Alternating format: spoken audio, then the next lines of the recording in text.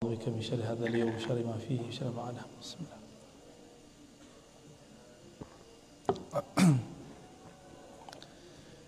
Baik jemaah subuh yang bukan Allah, sekali sebulan ya Pak. Ya tinggal dekat sini tapi ya mohon maaf cuma sekali sebulan pengajiannya. Kita sebelumnya berhenti di hadis taubah ya, yang nomor pertama dan kedua. Kita berhenti di hadis ketiga malah ya, bahwa Rasulullah SAW bertobat sehari 100 kali ya. Rasulullah punya dosa apa kok bertobat? Ternyata bertobat istighfar itu bukan karena dosa, tapi karena merasa berdosa. Itu beda ya. Banyak orang berdosa tapi dia tidak merasa berdosa. Ada juga orang yang dosanya dikit tapi dia merasa itu besar. Dia minta ampun kepada Allah Subhanahu wa taala. Nabi Muhammad itu tidak ada dosanya, tapi beliau merasa berdosa. Kenapa beliau merasa berdosa? Dalam hadis yang sahih dikatakan bahwa Rasulullah, innahu la yughanu ala qalbi, kalbuku tertutup cahaya. Jadi cahaya aja masuk ke kalbu bagi Nabi itu penghalang antara beliau dan Allah Subhanahu wa ta'ala. Cahaya apa itu? Cahaya itulah yang membuat Nabi bisa melihat surga, bisa memandang neraka. Itu menghalangi beliau dengan Allah Subhanahu wa ta'ala, dan beliau bertobat kepada Allah. Kalau kita bukan cahaya tapi kegelapan yang masuk ke dalam kalbu. Dan kita sudah membagi sebelumnya syarat-syarat taubat dan kemudian juga jenis-jenis taubat. Jadi ada taubat dari orang awam. Orang awam tobatnya dari dosa fisik, dosa mata, dosa telinga, itu biasa. Nah, biasanya orang-orang awam seperti kita ini kalau sudah nggak nakal matanya, udah nggak jelalatan, udah nggak ngomong yang kasar, udah merasa nggak bersalah. Tapi kita lupa bahwa ada dosa yang lain dalam diri, yaitu dosa di kolbu, dosa di pikiran. Pernahkah berpikir buruk tentang orang lain? Pernahkah merasa diri kita lebih baik dari orang lain? Nah, ini juga termasuk dosa dalam bab ini. Pernah nggak iri sama orang gitu? Merasa lebih baik dirinya daripada orang lain. Nah, kalau ini terjadi maka termasuk harus diistighfarkan, harus ditobatkan.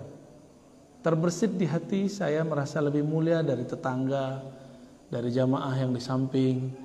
Itu berarti ada perasaan sombong, dan itu wajib ditobatkan. Harus minta ampun kepada Allah Subhanahu wa taala. Kemudian ada dosa yang bukan dosa tapi dia masuk ke bab adab. Rasulullah SAW minta ampun keluar dari kamar mandi, tempat buang air, buang hajat, karena beliau merasa adabnya kurang pas. Maka beliau mengatakan ghufranak. Dalam syarah yang lain, Nabi minta ampun bukan karena adab, tapi karena beliau merasa kurang bersyukur. Jadi Nabi itu bertobat bukan karena dari dosa, tapi merasa kurang bersyukur. Nah, itu beberapa penjelasan ulama mengenai tobatnya Rasulullah SAW. Fisik nggak mungkin, kalbu nggak mungkin. Kalbu Nabi sangat bercahaya. Tapi yang ketiga yang paling pas, Nabi bertobat dari ketidakpantasan. Beliau merasa tidak pantas melakukan sesuatu lalu beliau bertobat. Itu kesimpulan kita, kajian kita pada bulan yang lalu ya. Kayaknya lama banget rasanya. Sekarang kita masuk ke hadis Apakah tobat itu harus di Mekah? Apakah harus sepertiga malam terakhir? Ini ada orang berpikir tobat terus di Mekah. Kan biasanya artis-artis tuh ya, zaman-zaman dulu masih rame umroh-umroh, sekarang kan udah sulit. Dia mungkin berpikir Tuhan di Mekah sama Tuhan di sini beda kali. Padahal sama aja. Malam, siang sama. Disebutkan dalam hadis, kalau di kitab ini hadis ke-17. Dari Sayyidina Abi Musa Al-Ash'ari anin Nabi sallallahu alaihi wasallam. Sebelumnya mari kita baca surah Al-Fatihah. Kita kirimkan untuk baginda Nabi Muhammad sallallahu alaihi wasallam, dan pengarang kitab ini Al-Imam An-Nawawi ya, Abu Zakaria Yahya ibn Sharaf An-Nawawi. Al-Fatihah. A'udzubillahi minasy syaitonir rajim.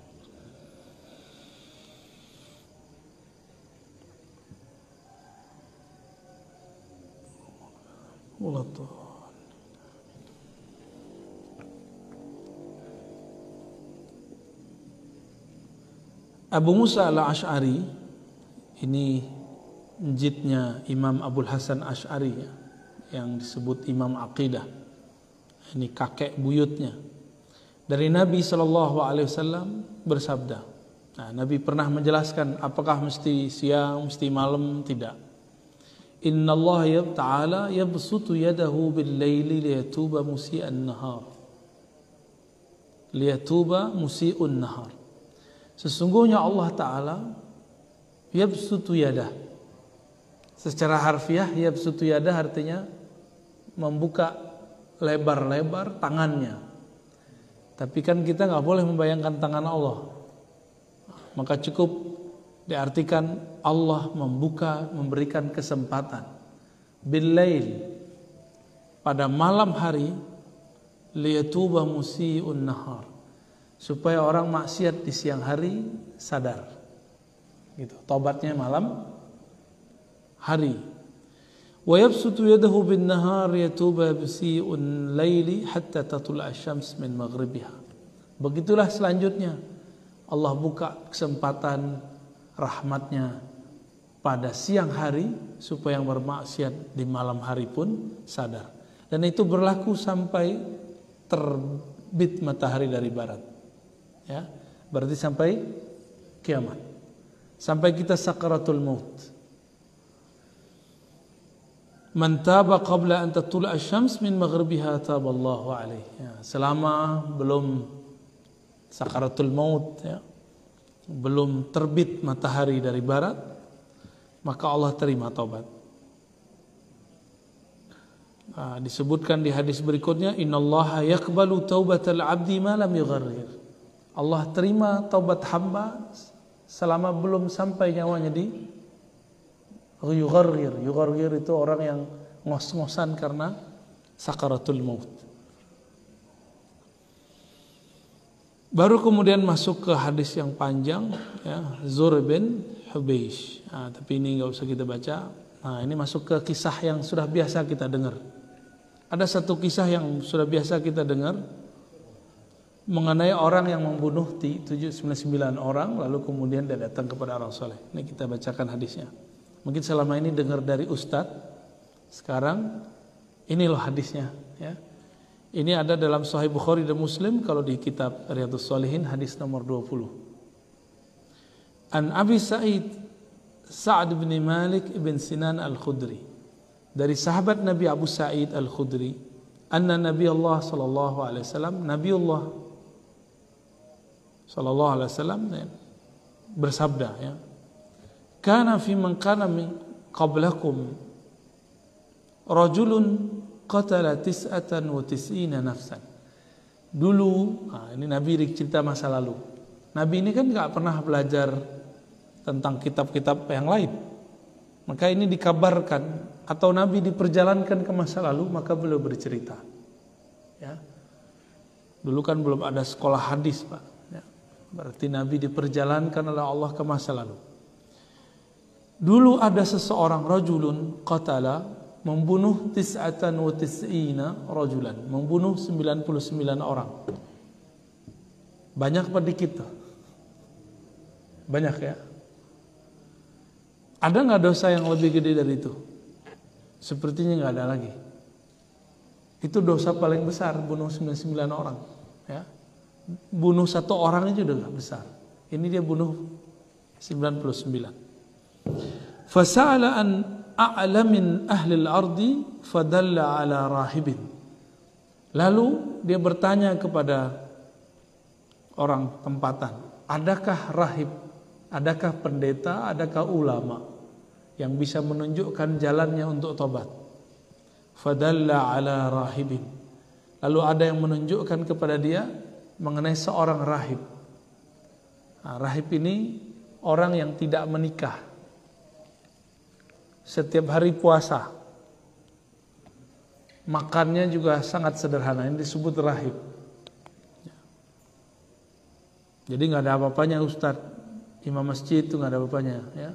Muazin nggak ada apa-apanya, pengajar-pengajar, kiai-kiai kita banyak bininya. Ya.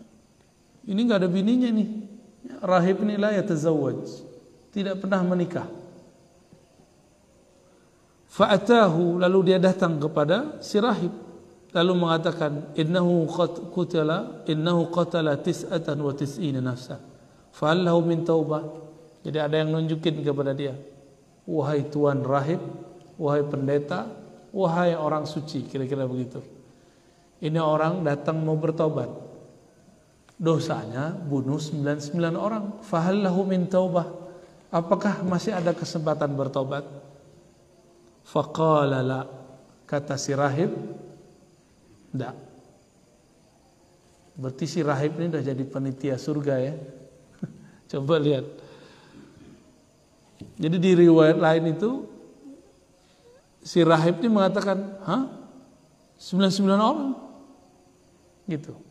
Jadi ternyata dalam kitab Taurat lama itu disebutkan, dan itu tertulis lagi di surah Al-Maidah. Siapa yang membunuh seseorang maka khalidan mukhalladan, kekal abadi di dalam neraka. Ada teksnya, ya. Si rahib ini pintar baca kitab, dihafal kitab Taurat, tahu dalil. Cuma dalil yang dia baca baru dalil yang tertulis, belum dalil yang tidak tertulis. Nah, banyak nih panitia-panitia surga neraka ini sekarang kerjaannya baca teks yang tertulis. Dia tidak baca teks yang tidak tertulis. Faqatalahu faqamula bihi mi'atan. Mendengar begitu, kalau bisa bunuh 99 orang itu jawara gitu. Jawara ya. Maka ketika ada orang mengatakan tidaklah diterima tobatmu, yang ngomong begini langsung dia sabet.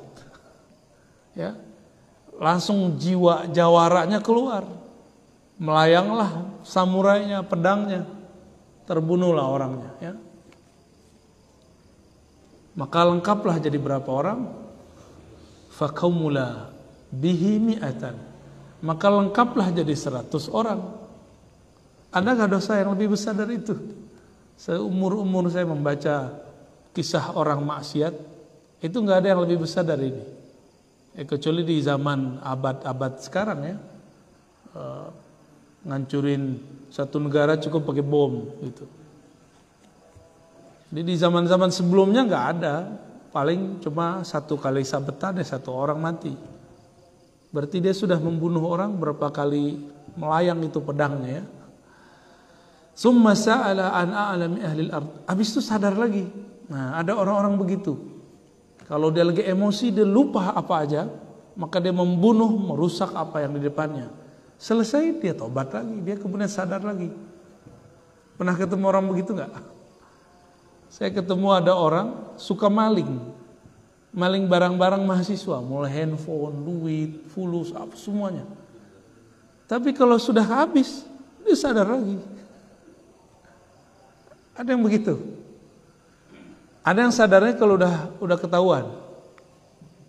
Ada yang sadarnya kalau jam-jam sholat.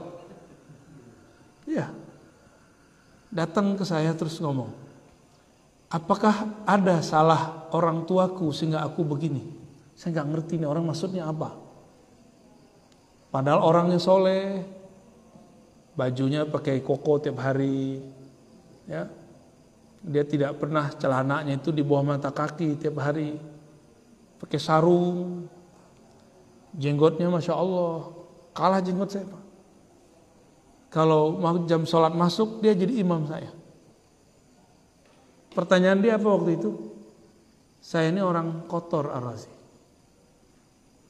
Saya ini banyak maksiat. Saya mikir, dari mana maksiatnya dia? Jadi inilah kalau lagi sadar, pas jam-jam sholat. Jam sholat dia ingat Allah. Kita nggak ngeh maksud dia apa. Oh ternyata setelah hampir setahun bergaul dengan dia, itu handphone mahasiswa sekitar situ dia ngambil itu. Tapi dia sadar kalau ini nggak benar. Dia nggak tahan aja ngelihat itu. Maka dia bertanya, apakah ini salah bapakku? Bapakku orang jahat, preman di satu tempat. Saya nggak nyambung-nyambung, nggak ada urusan ya. Mau bapakmu jahat, kalau kamu pengen jahat, kamu yang jahat. Sotoy, sok tahu. Ternyata ketahuan, itu digebukin, Mbak, kawan saya itu. Dan saya dituduh juga ikut konspirasi. Ikut konspirasi, bantu dia maling. Kenapa? Karena dulu ada handphone teman-teman kita, mirip dengan handphone yang saya punya. Saya belinya dari dia. Itulah ya.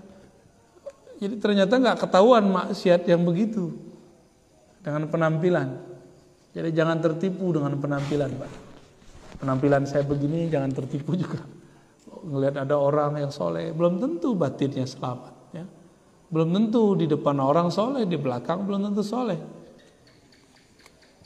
Dan semua orang mengalami hal itu. Ketika selesai maksiat sadar, bertanya lagi. Fasala an a'lami ahlil ard. Lalu dia bertanya lagi mengenai, adakah orang yang paling mengerti, paling kenal Allah di muka bumi? Fadalla alaih, ya. Lalu ada yang menunjukkan kepadanya. Dibawalah kepada seorang ulama di pelosok, nggak terkenal, tapi hatinya lembut. Ketika dibawa kepada orang itu, dilaporkan bahwa orang ini, si pemaksiat ini sudah bunuh 100 orang. Yang terakhir ahli agama yang dia bunuh. Afahal lahu min taubah? Apakah masih ada kesempatan dia bertobat? Faqala na'am. Ini mengagetkan. Tiba-tiba ulama yang ini dia bukan rahib. Dia menikah. Dia tidak menahan dirinya dari menikah. Dia orang biasa-biasa aja. Cuma orang kampung situ kalau tanya apa-apa ke dia. Apa jawaban orang ini? Naam. Masih ada. Fama yahulu bainahu wa bainat taubah. Wa man yahulu bainahu wa bainat taubah. Siapa yang menghalangi dia dari tobat? Justru diberi kesempatan oleh ulama yang ini, yang tidak disebut rahib. Cuma disebut rajulin alim. Orang yang alim kepada Allah. Jadi ada dua hal yang disebutkan dulu. Ada rahib ahli ibadah. Ada yang kedua alim, orang yang mengenal ilmu kepada Allah Subhanahu wa ta'ala. Jadi ternyata kalau ada orang ahli zikir, ahli ilmu, ahli zikir doang, itu beda. Ahli puasa itu beda. Ini kita lihat tidak sedikit orang yang cuma menjaga sholat 5 waktu udah merasa lebih suci daripada orang yang tidak sholat 5 waktu. Padahal sholatnya nggak khusyuk-khusyuk amat. Ya. Khusyuk nggak Pak sholatnya tadi? Kira-kira dijamin nggak itu, diterima nggak sholat barusan itu? Saya nggak yakin ya. Ya. Saya nggak yakin sholat kita yang barusan itu diterima Allah. Karena saya jamin dari awal takbir sampai assalamualaikum, pikirannya pasti sempat beberapa kali blank karena baru bangun tidur. Kalau siang hari bukan blank, malah kepikiran kerjaan. Kita ini kan lucu. Kalau kerja nggak bawa-bawa Allah, tapi kalau lagi sholat bawa-bawa kerjaan. Ya. Ini perbedaan kita. Lagi ada masalah di rumah, pakai sholat, kepikiran. Orang ini orang alim, dia mengerti yang punya dosa bukan orang itu doang. Saya juga punya dosa. Lalu siapa yang menghalangi dia dan saya kepada Allah Subhanahu wa ta'ala? Kira-kira begitu kata orang alim ini. Namun beliau kasih syarat. Intalik ila ardi kaza wa kaza. Fa inna biha unasan ya'buduna Allah ta'ala fa'budillahi ma'ahum. Wa la tarja' ila ardika fa innaha ardu su'in. Nabi kasih bukan kabar ya, bahwa orang ini memberi syarat. Jika engkau tobat, ada satu syaratnya. Intalik. Intalik itu bahasa Arab artinya ukhruj, intaqil. Keluarlah, pindahlah kamu dari kampung yang kamu rusak di situ ke kampung yang seberang sana. Fa inna fihim unasan ya'buduna Allah. Di sana, di negeri sana ada orang-orang baik yang mereka tidak menyekutukan Allah, tidak membunuh, tidak berzina, tidak segala macam. Akhirnya dia lakukan itu. Nah, ini kemudian menjadi tips kalau mau tobat. Kalau mau tobat, tinggalkan komunitas. Mungkin komunitas itu bukan menjadi penyebab kita berbuat buruk. Kitalah menjadi penyebab mereka melakukan keburukan. Ini dalam kitab Ar-Risalah Al-Qusyairiyah dan Al-Hadaik disebutkan, kalau kita menghindar dari satu komunitas, menganggap misalnya kita hijrah nih, tobat. Jangan menganggap kita ini dirusak oleh komunitas itu. Tapi berkeyakinanlah bahwa jangan-jangan kitalah penyebab mereka rusak. Kenapa? Al-Imam Al-Qusyairi menyebutkan, orang-orang yang meyakini dia dirusak oleh suatu komunitas, satu tempat, itu orang sombong. Lalu dia mengatakan, saya ingin menjauh dari orang-orang rusak. Nah, ini orang-orang sombong ini. Ya. Yang benar gimana? Saya mau mengurangi kerusakan yang ada di sana. Sayalah penyebab mereka rusak. Maka supaya mereka tidak tambah rusak, aku menjauhkan diri dari mereka. Nah, itu yang benar kalau disebut hijrahnya ya.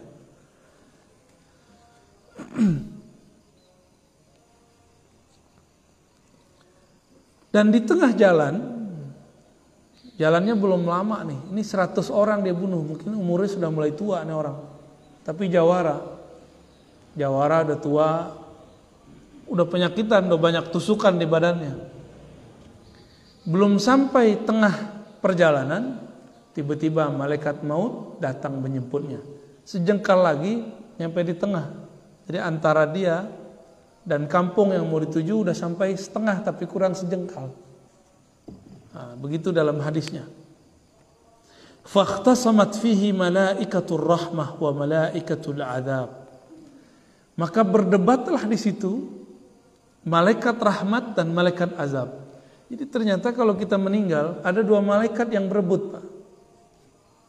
Ada malaikat rahmat, malaikat kasih sayang, yang nanti akan menjadi dalil, menjadi bukti, menjadi tameng kita kalau kita nanti mau disiksa, dialah yang nyelamatin. Yang kedua, malaikatul azab, malaikat azab. Malaikat yang kerjanya marah-marah mulu. Jadi kalau rahmat nih senyum aja. Jadi awal dicipta sampai sekarang dia senyum. Kalau malaikat azab dari awal sampai sekarang dia megang pentungan, Pak. Bukan pentungan juga ya. Dia megang senjata yang untuk nyiksa orang itu. Malaikatul azab. Jadi kita ini masing-masing lagi dientai oleh dua malaikat ini. Lalu dihitunglah. Jadi ketika mereka berdebat, jadi malaikat ini debat. Faqalat malaikatur rahmah, ja'a taiban muqbilan biqalbihi ila Allah. Wahai sahabatku malaikat rahmat. Ini malaikat debat nih. Kayak jaksa penuntut hukum, Pak. Ya. Kalau yang ini yang meringankannya. Semacam lawyernya ya, pengacaranya. Wahai malaikat azab, bukankah engkau melihat dia datang mau pergi ke kampung sebelah, taiban muqbilan biqalbihi ilallah. Dia datang bertobat kepada Allah dengan kalbunya, fisiknya belum soleh, belum ada pekerjaan apapun yang dilakukan, belum ada amal solehnya. Yang baru dia lakukan baru berpindah dari kampung yang disuruh oleh gurunya itu yang rusak ke negeri yang kedua. Jadi belum sempat sholat, belum ngapa-ngapain. Fa'atahum wa qalat malaikatul azab innahu lam ya'mal khairan qad. Kata malaikat azab. Jadi malaikat azab ini itu malaikat yang rigid, hitung-hitungannya hitam putih, baik buruk. Innahu lam ya'mal khairan qad.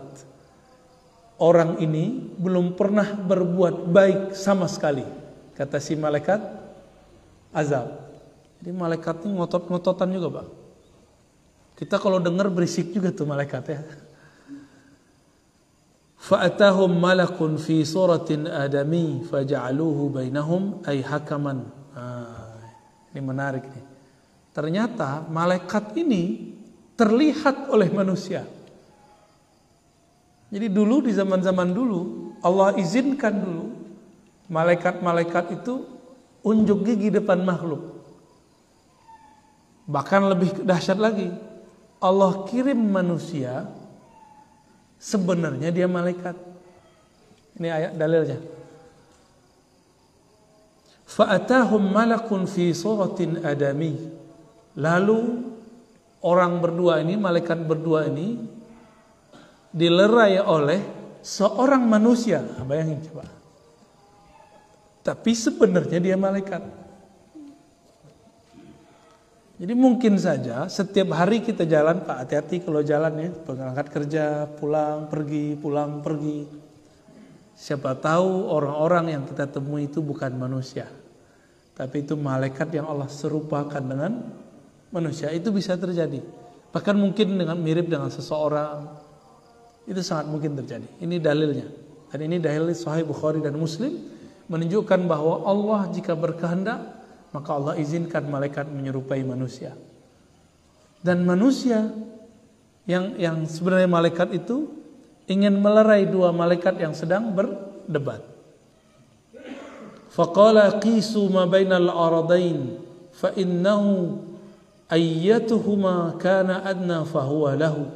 Faqasu fawajaduhu adna ila al-ardi allati arada faqabadathu malaikatur rahmah. Apa kata orang ini? Jadi hatta malaikat kalau debat butuh pelerai orang ketiga. Apalagi manusia. Jadi suami istri kalau tengkar itu butuh orang ketiga, Pak. Orang ketiga ini bukan yang ngompor-ngomporin, yang netral, yang menginginkan kebaikan. Apalagi tetangga sama tetangga tengkar, teman sama teman, kelompok sama kelompok, mazhab dengan mazhab. Itu perlu ada orang ketiga yang tidak pro dengan satu atau duanya, tapi menginginkan kebaikan untuk mereka. Apa kata orang ini? Qisu.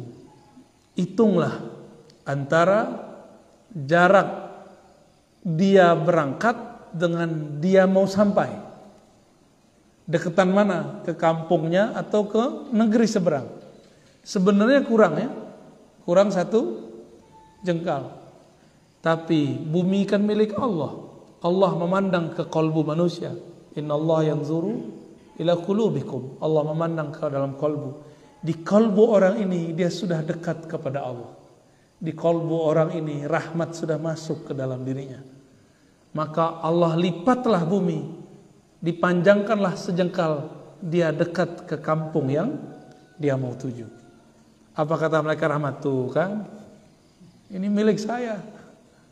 Maka dibawalah oleh malaikat rahmat, maghfuran. Dia dibawa dan diampuni oleh Allah Subhanahu wa ta'ala. Jadi jika ada orang bunuh 100 orang, yang terakhirnya ulama yang dia bunuh masih bisa diampuni, masa cuma dosa-dosa kecil nggak bisa diampuni? Ya, cuma beda-beda politik kita ini sudah mulai ramai. Ini sudah mulai ramai lagi nih, Pak. Ya, bentar lagi nih udah. Semoga nanti nggak ada lagi, tapi mungkin ada lagi ya. Semoga nanti kita tambah dewasa, gitu aja lah ya. Cuma beda dikit, beda politik, ini orang udah bawa-bawa agama. Padahal di zaman Rasulullah nggak ada nyoblos-nyoblos. Ya. Maka coblos-mencoblos, partai-partai, pilihan-pilihan itu nggak pernah ada di zaman Rasulullah. Berbeda dalam hal ini boleh-boleh saja. Ya.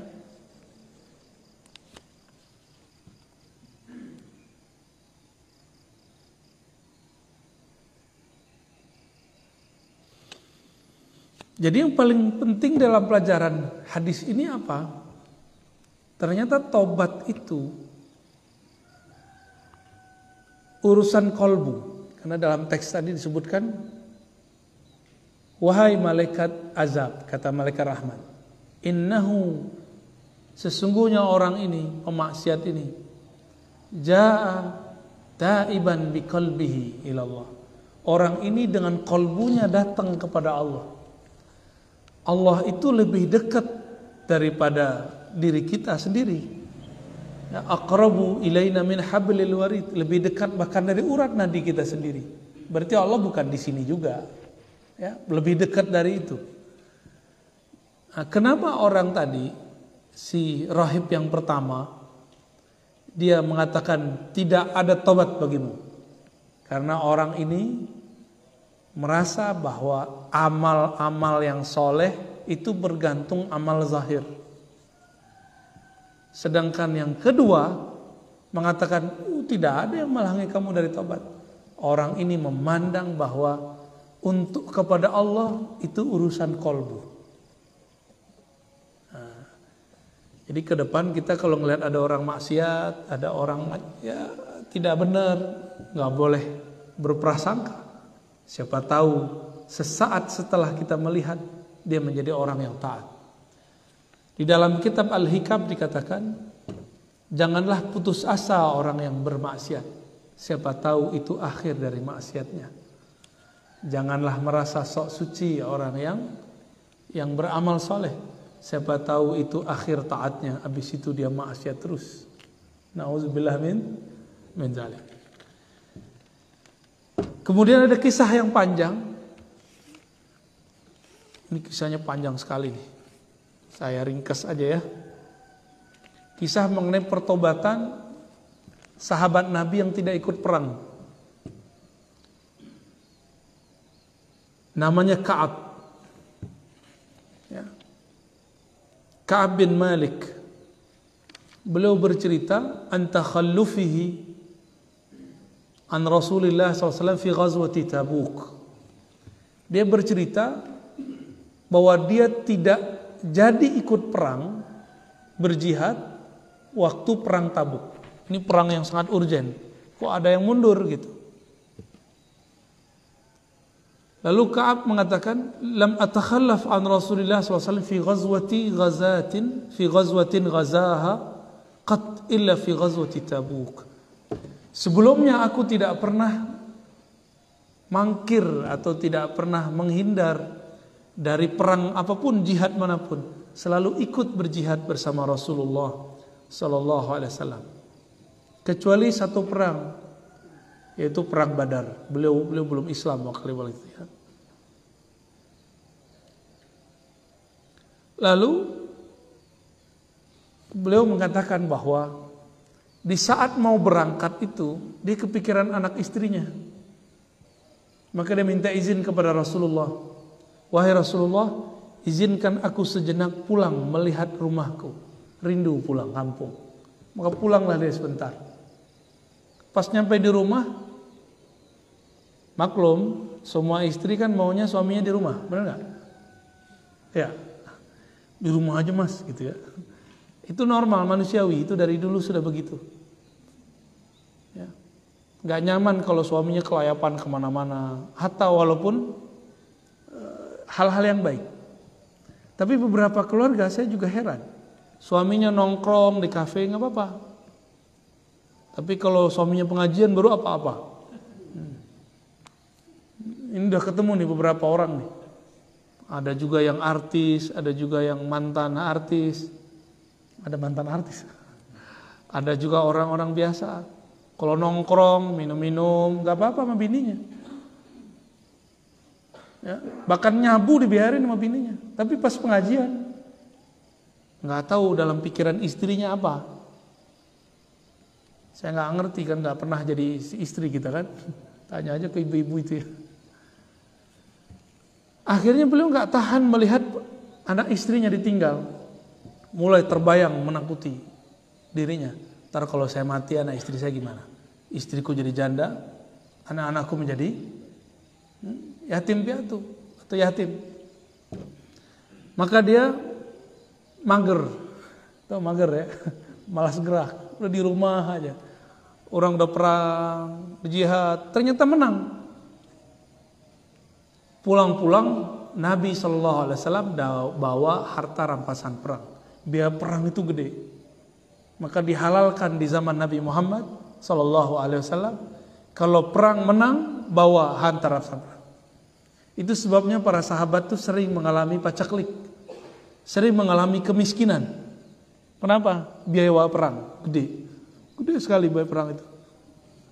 Sampai sekarang begitu. Amerika angkat kaki dari Irak, dari Suriah, karena hasilnya nggak ada. Suriah masih ada aja. Aljazair tumbang langsung. Apalagi negara yang hancur, Irak hancur langsung. Suriah sampai sekarang masih tahan. Isu Sunni Syiah ternyata nggak laku. Kenapa? Di sana mereka nggak memperdebatkan itu. Ternyata itu isu dibawa dari luar. Isu apa? Sunni Syiah. Itu biasa Pak, dibawa ke dalam. Itu isu yang dibawa. Ternyata orang-orang Amerika itu sudah paham. Bukan Amerika semua Pak ya, bagian-bagian intelijen mereka itu. Untuk menghancurkan umat Islam nggak perlu pakai bom. Adu aja Sunni sama Syiah. Padahal yang disebut Syiah bukan Syiah, masih Ahlus Sunnah. Cuma karena beda faham, beda satu maulid, satu nggak maulid.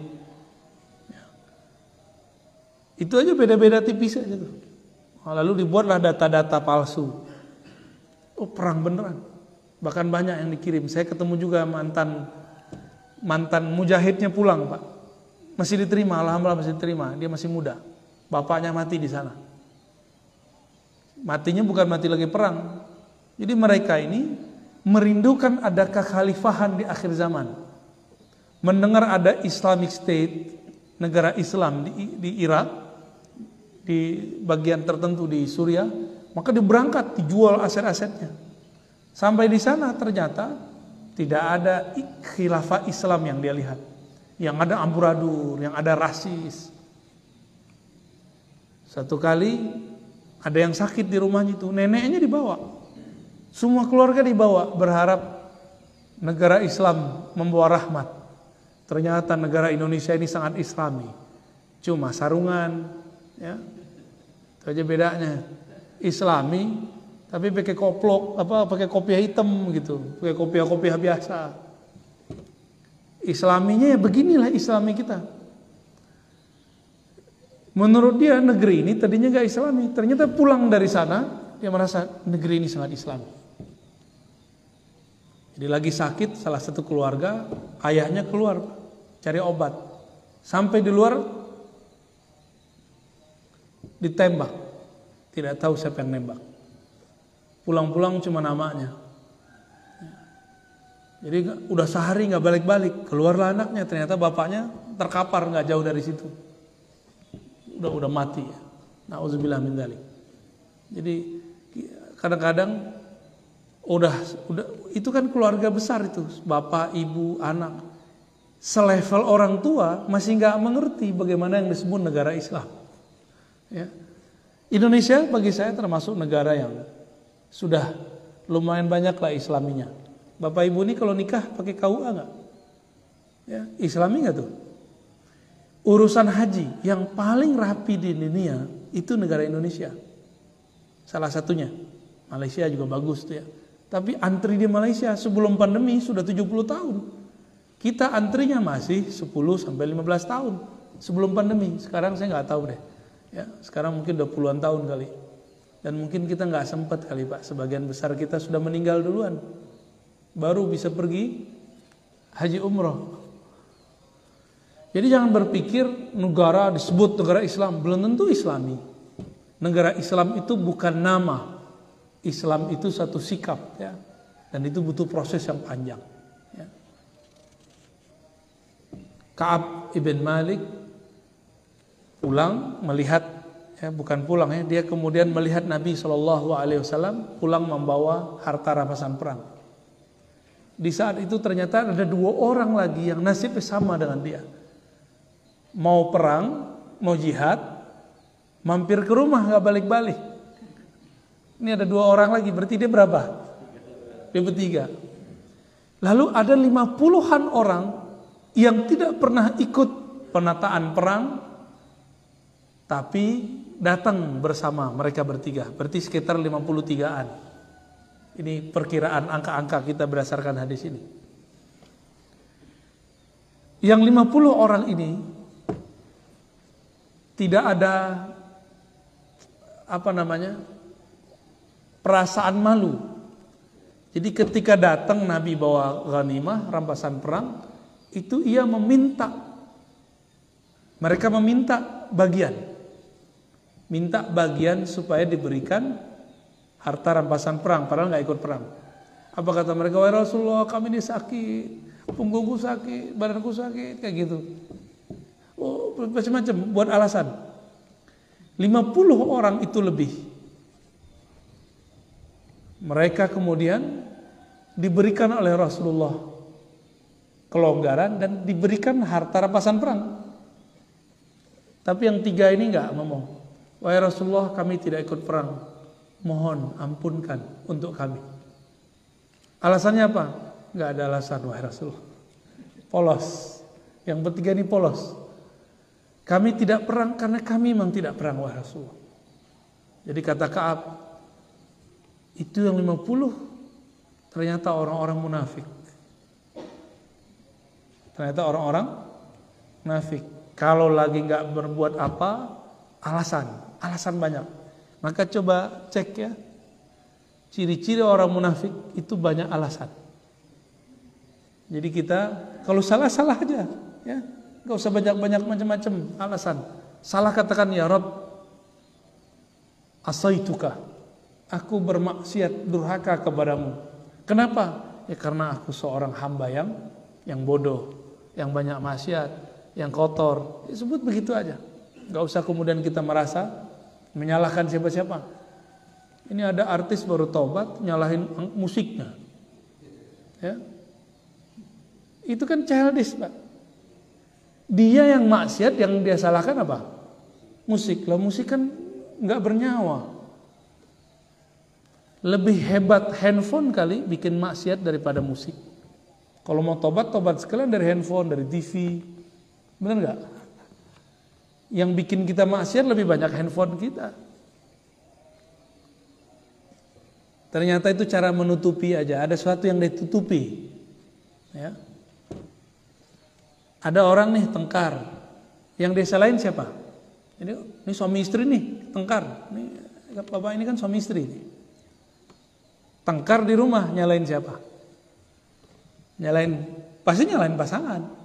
Itu childish itu, ya. Udah tua, udah berubah, masih nyarahin bini.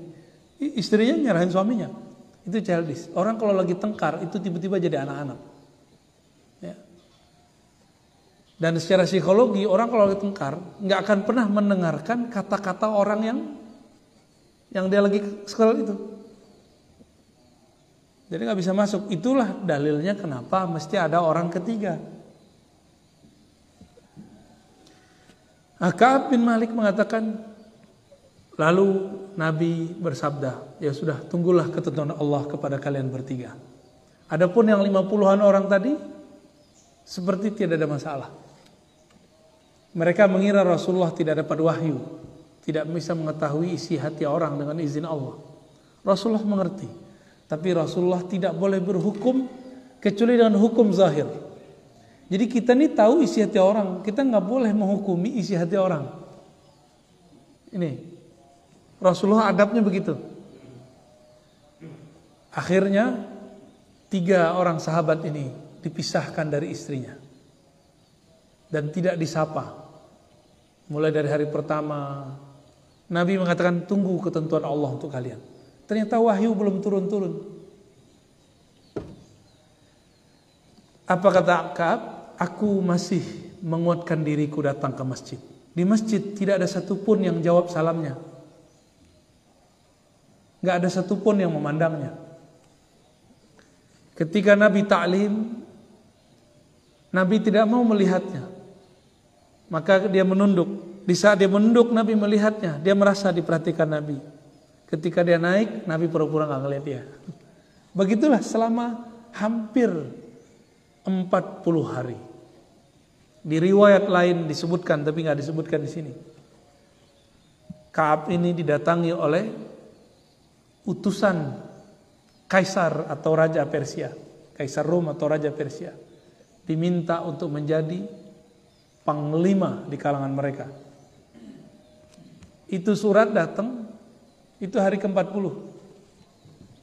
Surat datang, dia baca, langsung dia robek. Untuk apa aku ikut memerangi Rasulullah yang sudah aku tunggu sekian hari? Maka dia robek. Di saat dia robek, terbukalah pintu langit. Turunlah wahyu kepada Rasulullah Sallallahu Alaihi Wasallam. Dan taubat beliau pun diterima.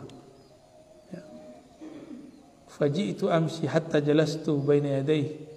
Sampai akhir.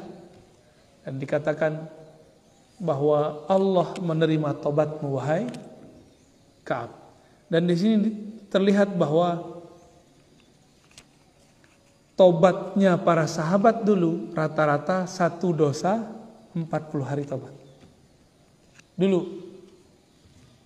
Ini ganti tuker dari masa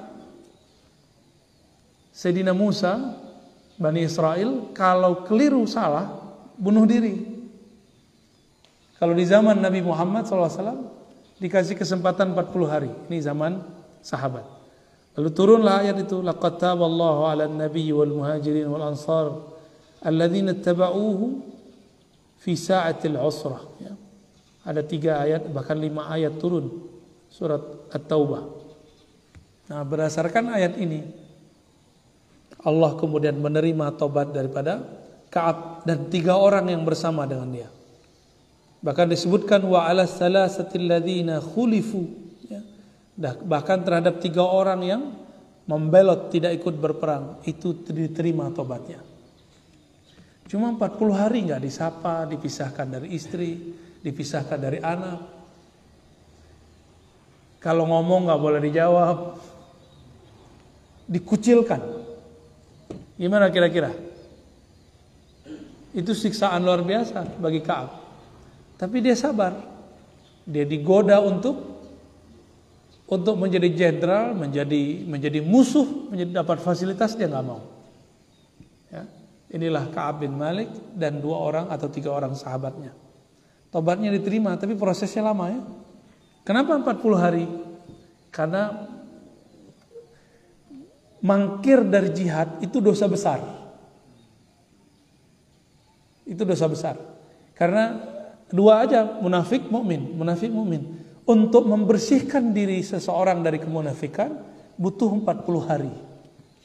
Sayyidatuna Aisyah juga sama, dituduh selingkuh oleh orang munafik Abdullah bin Ubay yang tadi itu, yang 50-an orang tadi. Itu ada satu pemimpinnya namanya Abdullah bin Ubay. Nuduh Sayyidah Aisyah. Berapa hari baru turun wahyu?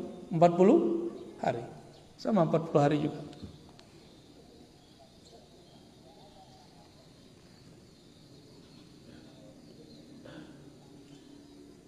Dan dikatakan "Lau anna libni Adam wadiyan min zahabin ahabba ay yakuna lahu wadiyani wa lam yamla fahu illa turab wa yatubu Allahu ala man ta'a."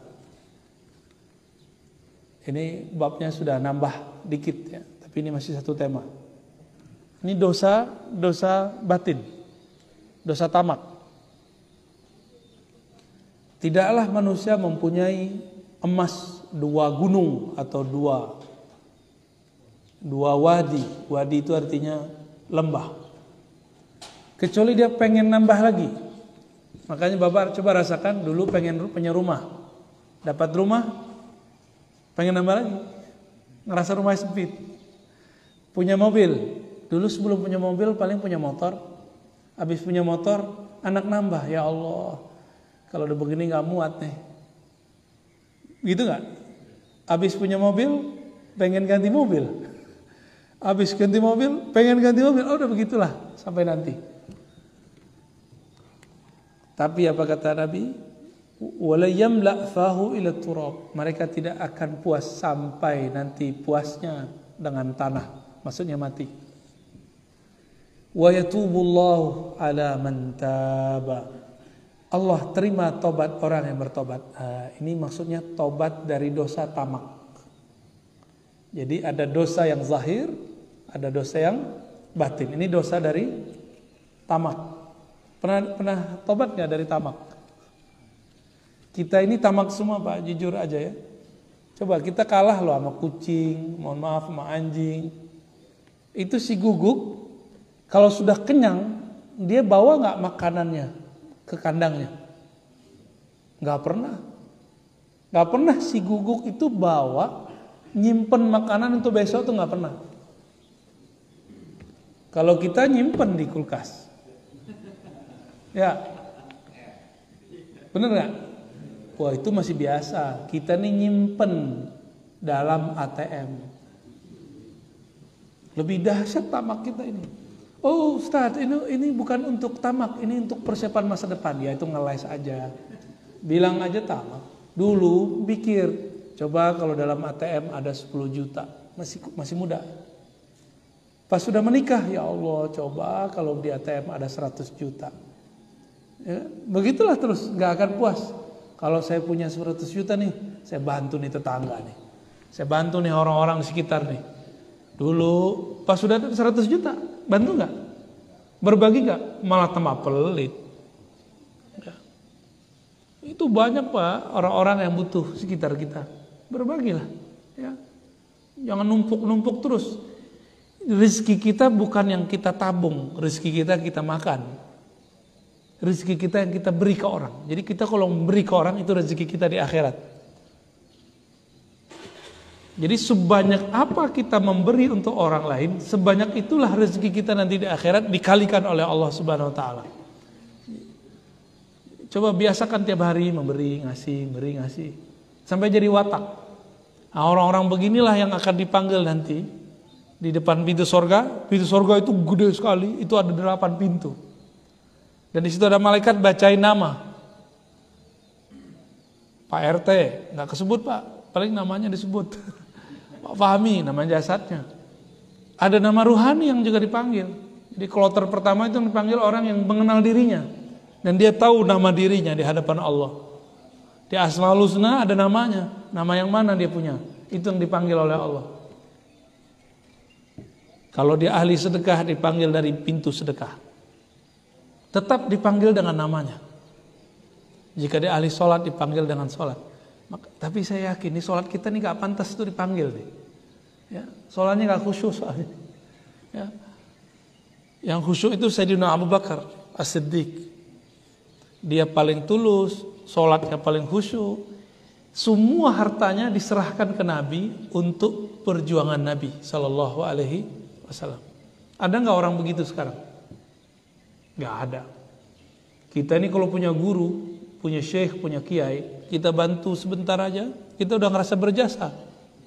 Ya, belum apa-apa, baru mau bangun pesantren, baru mau bangun ma'had, terus udah bilang, ntar kalau ada gedung nama saya ya. Ntar nama mbah saya ya. Belum berbuat sudah mulai begitu. Belum ada jasa apa-apa. Nanti kalau gurunya butuh apa, kita curiga kepada guru kita ya. Wah ini guru nih gak pernah merasa puas nih. Kebalik dia ngomong. Ya. Hadis terakhir di bab ini, yadhakullahu subhanahu wa ta'ala ila rajulaini yaqtul ahaduhum al-akhar yadkhulanil jannah yuqatil hadha fi sabilillah fayuqtal fayaqtul ya thumma yatubu Allah 'ala al-qatil fayuslim falyastashhad. Ini lucu nih hadisnya. Nanti kata Nabi, Allah tertawa. Di surga itu Allah tertawa melihat Ada 2 orang dulu waktu di dunia bunuh-bunuhan. Yang pertama Muslim, yang kedua kafir. Yang kafir ini bunuh yang Muslim. Berarti yang Muslim masuk mana? Masuk surga, jihad fisabilillah, syahid. Tapi waktu di surga dia jalan-jalan di surga, dia lihat yang bunuh dia ada di surga. Bingung nggak Pak? Waktu dia masuk surga, dia lagi makan-makan, lagi masuk ke ini surga itu disebutkan kalau ada hari pasar, hari Jumat itu hari pasar. Setiap kali ada orang pergi berangkat, itu kan istri-istri di rumah tuh, dia berangkat, kena terpaan angin, debu surga, mukanya langsung tambah cakep. Jadi setiap kali kena angin, itu cakep. Dan di surga itu banyak toko, banyak penjaga, tapi nggak beli Pak. Apa aja kita ambil, mau apa aja diambil. Ada baju paling mahal, ambil. Jadi pasarnya surga cukup pakai fingerprint dia. Di tangan ini ada tanda ahli surga. Coupling berapa? Nanti dia punya hak dapat yang mana? Toko yang mana yang boleh diakses? Pengen nggak? Nggak perlu pakai ATM, cukup pakai tangan, set, langsung diambil mana aja yang kita mau. Pulang-pulang dikatakan bahwa orang-orang yang berangkat ke pasar-pasar di surga 70 kali lebih indah wajahnya daripada sebelum berangkat. Jadi kita ini kalau berangkat kerja pulang-pulang kan bau. Berangkat kerja ya masih cakep, pulang-pulang waduh udah lengkap deh ya. Semua lipatan bau. Muka kusam. Tapi nanti kalau dari surga nggak ada, keringat pun harum bau kasturi. Bau parfum yang paling harum di dunia. Kalau ada parfum Prancis paling mahal, paling harum, karena setetes tahannya bisa seminggu. Nah, ini bisa tahannya bertahun-tahun. Itu di surga. Pas lagi main-main di pasar surga, ternyata ada orang yang dulu bunuh dia. Lah, kamu yang bunuh saya dulu katanya. Apa kata Nabi? Betul. Yang pertama Muslim. Yang kedua ini seorang yang kafir. Dia setelah yang Muslim ini terbunuh, dia tobat, dia syahadat, dia kemudian meninggal dalam keadaan Muslim, beramal bahkan sama seperti orang yang dia bunuh. Maka Allah tempatkan mereka di satu tempat yang hampir sama di surga. Ini nanti ini ada yang sakit hati sama tetangga tuh ya, meninggal. Tetangganya tobat. Pas masuk surga, barengan lah. Ini dulu yang nyakitin gua nih. Bisa ketemu begitu ntar ya. Nah, semoga kita ditempatkan Allah nanti di surganya, dibebaskan dari nerakanya. Semoga keluarga kita, anak-anak, cucu semuanya, ya tetangga-tetangga kita dibebaskan dari siksa neraka. Jangan cuma doakan diri sendiri, doakan juga tetangga, doakan guru-guru, kawan-kawan, orang-orang yang ada di sekitar kita. Amin ya rabbal alamin. Cukup ya? Udah syuruk? Belum? Hampir ya. Nah, terakhir. Berdasarkan hadis ini, hadis-hadis dari awal sampai akhir, maka dianjurkan bagi seorang muslim yang taib ilallah, yang punya karakter taubat, untuk membaca istighfar dan bertobat mengaku kesalahannya setiap hari 70 sampai 100 kali. Setiap hari. Pagi sore, pagi sore. Nah, kalau kami ini dijadikan zikir pagi sore. Jadi zikir pagi sore itu pertama istighfar, kedua tahlil, ketiga sholawat, keempat subhanallah bihamdihi subhanal azim. Ya, udah cukup 4, ditambah ya latif kalau mau. Itu namanya zikir pagi sore. Ada lagi zikir yang lain Pak, zikir maqalid namanya. Kalau ini istighfar. Tapi istighfarnya bukan ngejar angka, istighfarnya mengingat. Istighfar yang paling indah itu adalah mengistighfarkan setiap anggota tubuh. Ya. Lalu mengistighfarkan batin. Dan yang terakhir mengistighfarkan adab-adab kita yang salah. Mengistighfarkan ibadah-ibadah kita yang tidak maksimal. Karena ibadah kita ini saya yakin tidak ada yang maksimal. Itu juga perlu diistighfarkan. Nah, dengan demikian 100 itu tinggal dibagi 3. 30-an, 30-an, 30-an jadi 100, kira-kira begitu ya. Zahir, batin, adab. Itulah rahasia tobat Nabi Muhammad sallallahu alaihi wasallam. Dan pribadi orang yang tobat suka mengakui kesalahan. Suka mengatakan, oh saya yang salah, Anda tidak salah. Jadi kalau kita di jalan, kita disalib orang atau kita nyalib orang, walaupun dia yang salah tapi kita yang minta maaf, berarti pribadinya sudah pribadi taubat. Jadi taubat itu bukan ngomong astagfirullah, astagfirullah, astagfirullah, itu ngomongan. Taubat itu karakter. Seperti Ka'ab bin Malik tidak cari-cari alasan ketika dia memang salah. Ya. Nah, semoga karakter taubat ada pada keluarga kita, ada pada anak, ada pada istri, pada suami. Amin ya rabbal alamin. Kita tutup kajian ini dengan baca kafarah majlis. Subhanakallahumma wa bihamdika asyhadu an la ilaha illa anta astaghfiruka wa atubu ilaik. Assalamualaikum warahmatullahi wabarakatuh.